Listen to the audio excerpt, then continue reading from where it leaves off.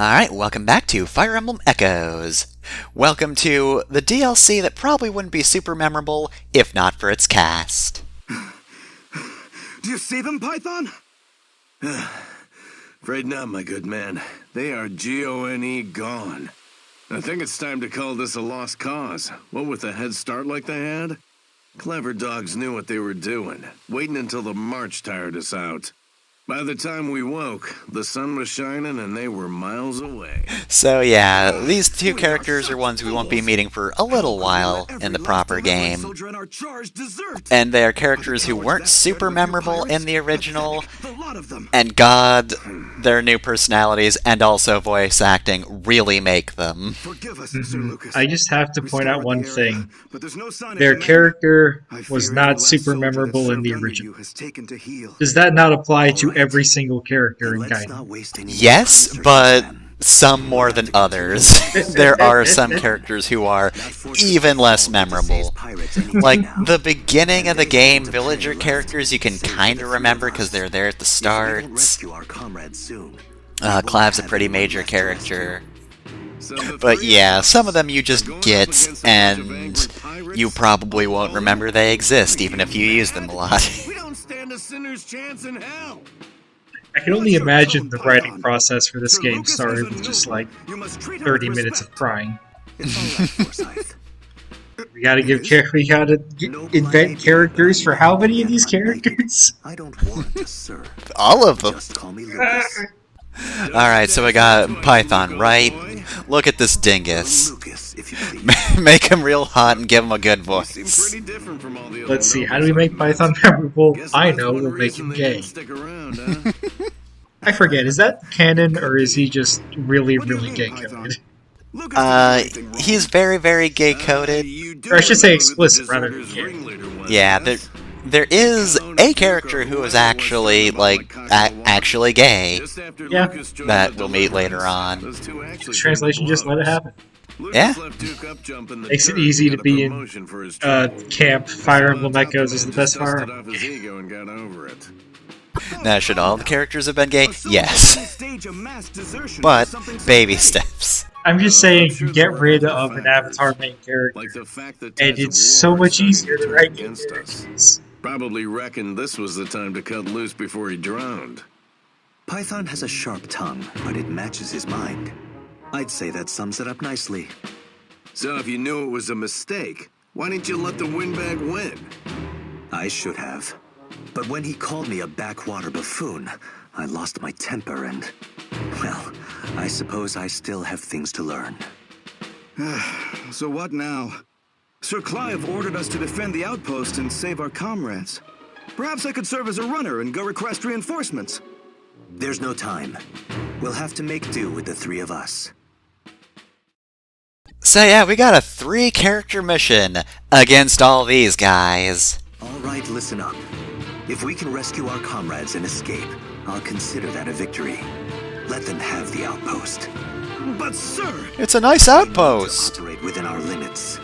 There will be other chances to recapture the outpost. The man's got a point. Come on, Forsythe. Let's keep our hides and save the heroics for another day. It's not worth throwing our lives away over one crappy outpost. Look how small it is. Fuck this outpost, who cares about it? Clive's already forgiven you, don't even know you've wronged him yet. Alright, so we can escape from over there, but first we have to rescue these 3 nerds. So, seeing this fortress here and all of these evasion-raising panels really puts me in mind a thing I want to discuss that I figured should have its own episode. You know, we went over basics in the last few episodes, some of those basics, but let's talk about one of the reasons I did not want to LP original Gaiden.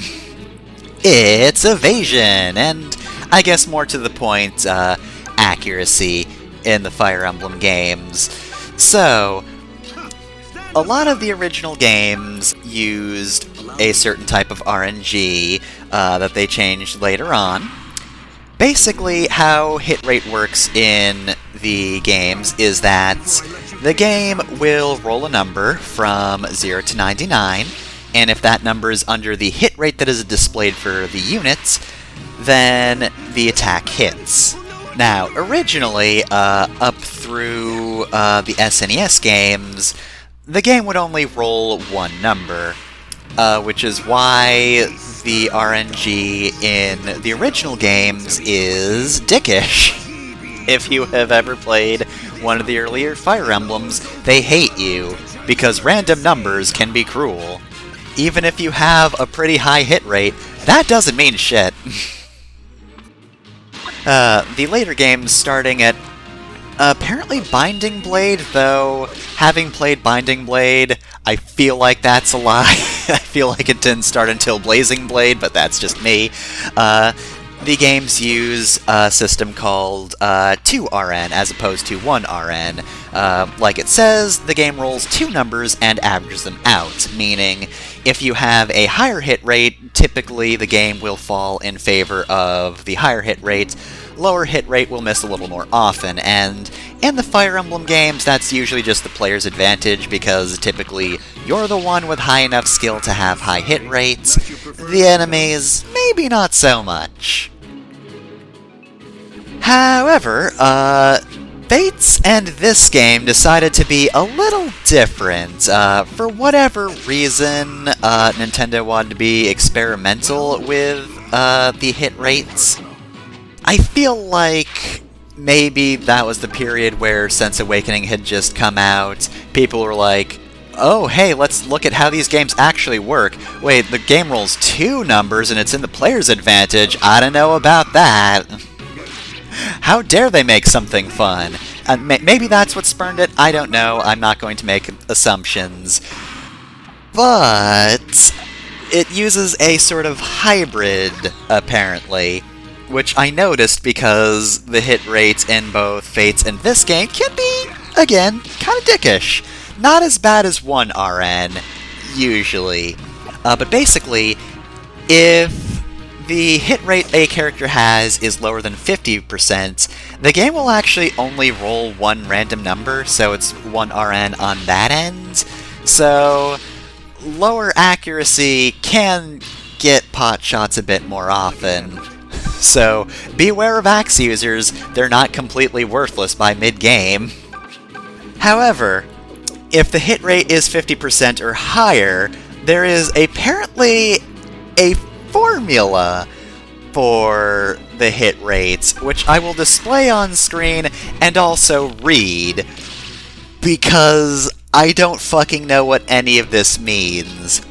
So, parentheses, hit rate times 100, and parentheses, plus, parentheses, 4 divided by 3, and parentheses, times hit rate, times sin, double parentheses, 0.02, parentheses, hit rate, end parentheses, minus 1, end parentheses, times 180.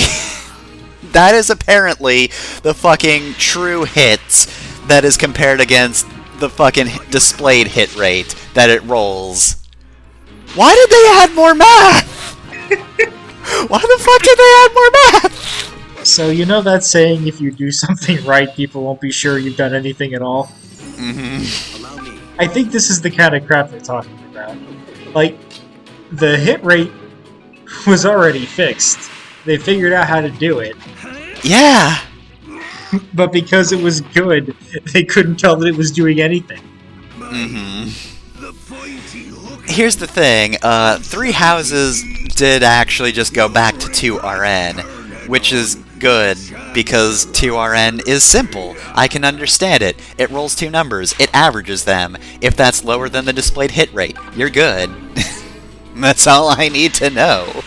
I can only assume they found the guy that wrote that monstrosity of an equation and threw him out of the tallest building they own. They just fucking gave him a swirly for being a nerd. Fucking math nerd. Get out of here. So yes, I wanted to mention that because I swore that Fates in this game, like, must have done something to the hit rate, because it does feel like, you know, high hit rates aren't always as reliable. You know, you miss that one more time over the usual that it starts to feel weird. And yeah, I looked it up for this LP, and I was just like, what the fuck? What is this? Why? There's a fucking multiplication of times 180. How will that ever be below the hit rate that's displayed? I don't know. I've never done a math like this. Well, I might have a long time ago when I was in school, but I don't anymore. I am vaguely aware of what sine is, but I forget what it actually means mathematically. I will say sine, cosine, tangent. SoCA.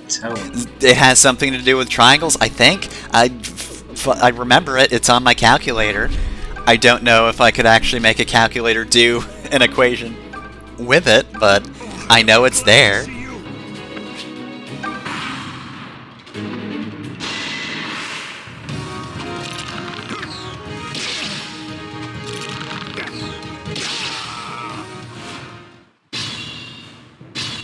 So, anyway, with that done, I guess I'll talk a little bit about the Outpost mission now that we're almost done.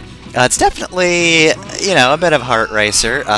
You have to basically just move in as soon as possible to save the green units. There's a fair few enemy forces, so you'll definitely start to take a bit of damage, but also remember, you're using mostly armored units, so as long as you don't throw Python into the fray, you should be fine. He is, of course, your weakest defensive-wise, but being a ranged character, he's very helpful.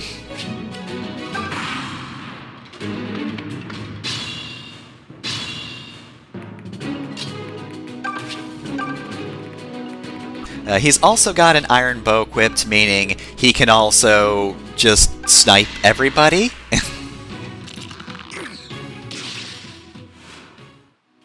Yeah, so now we see what bow range does. It is absolutely helpful to have a bow equipped, so keep that in mind when we get to the main game.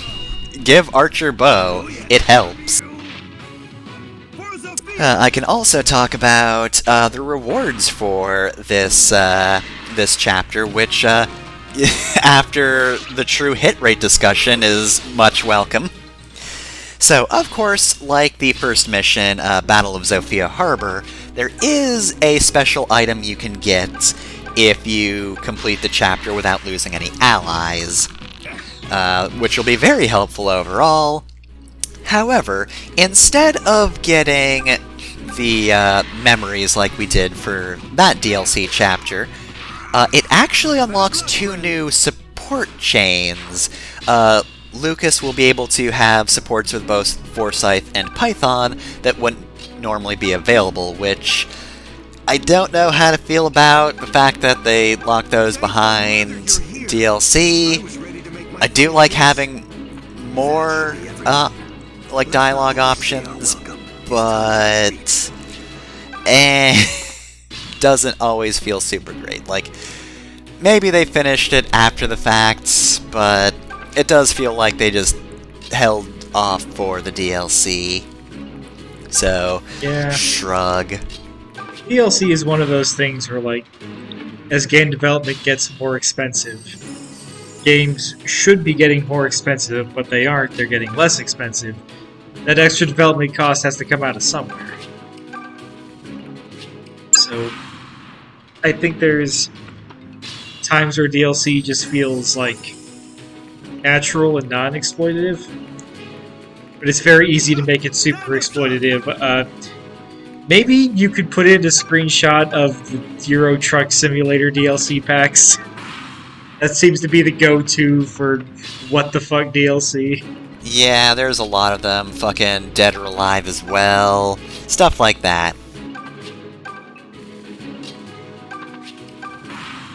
This is tame by comparison. I'll probably discuss DLC, in general for this game more next episode as the topic for that. Because we are almost actually at the end of the actual map, so let's get these enemies the hell out, especially now that Some guys are coming in, and boy, do they look fierce. I don't want to fight knights. Like, look at this motherfucker. How did the pirates get this guy? Yeah, let's not fuck about with these. It always throws me that in Fire Emblem the knights are the armored units and not the mounted units. Mm-hmm. It's not wrong, it's just not intuitive to me.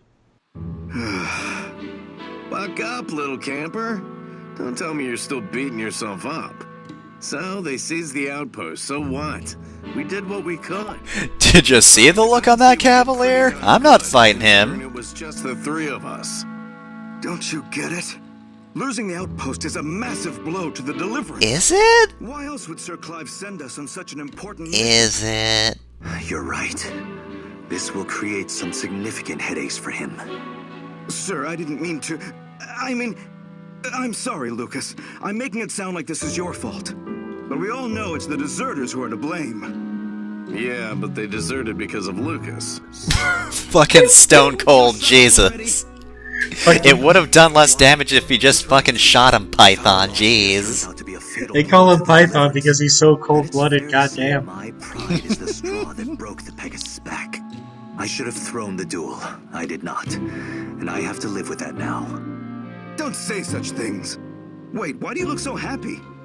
Well, I may have lost my men, and not wholly won that battle. But I gained something in return. Friendship. I found the two of you. No, literally, I can have supports with you now. A man your junior. I cannot thank you enough. Oh, but that was nothing. We were just following orders. I can see why Clive put so much stock in you both. He does. Oh, I thought he hated me. He assigned you to me because he saw you for the hard workers you are. But I'm just a foot soldier. A grunt. Did he really say that about me? You can't be a foot soldier, Forsythe. You have a portrait that's unique. Sir Clive needs us. And next time, we'll secure him a victory for true.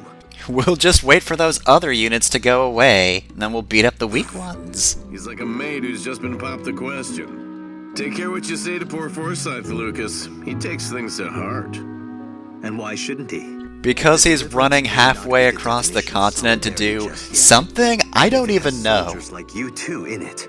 Then it has hope. You'll take us far. All right. Stop kissing my rear already. This is starting to get weird. Python! Lucas! Are you coming or not? I love how We need to get authoritative Well, you heard him. Forsythe's Shall we voice go? is. Python, You Lucas. got it, Luke. Forsythe is such a good boy.